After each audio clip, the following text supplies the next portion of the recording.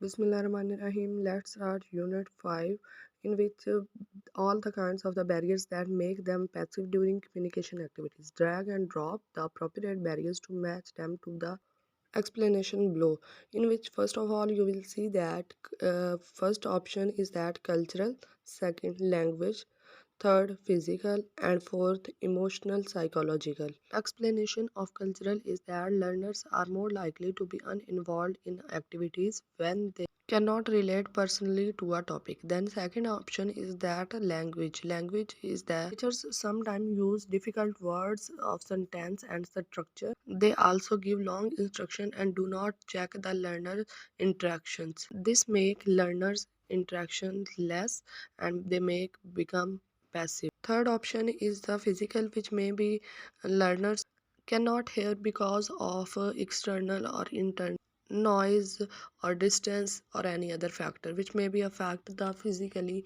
to the students. And in fourth option you will see that if learners is happy or sad, then it also affect the students. Next activity is also drag and drop activity, in which you will see that you will drag and drop the accurate option.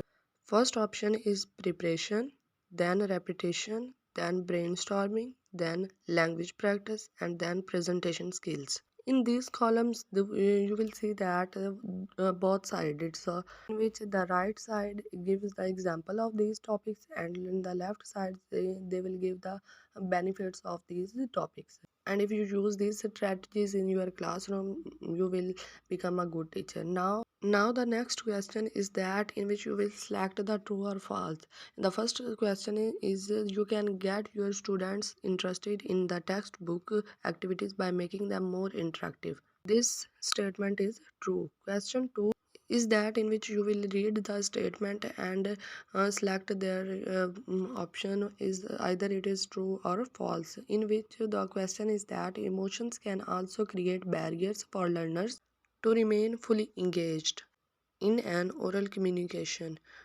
The answer of the second question is true. Let's see the third question, in which you will also read the statement. Either this statement is true or false. The statement is that getting attention of all the learners before beginning a lesson is an example of inclusive teaching. The answer is true. Now question 4. Teachers should not allow learners to share their personal experience and contextualize their learning as it takes too much time. Answer is false.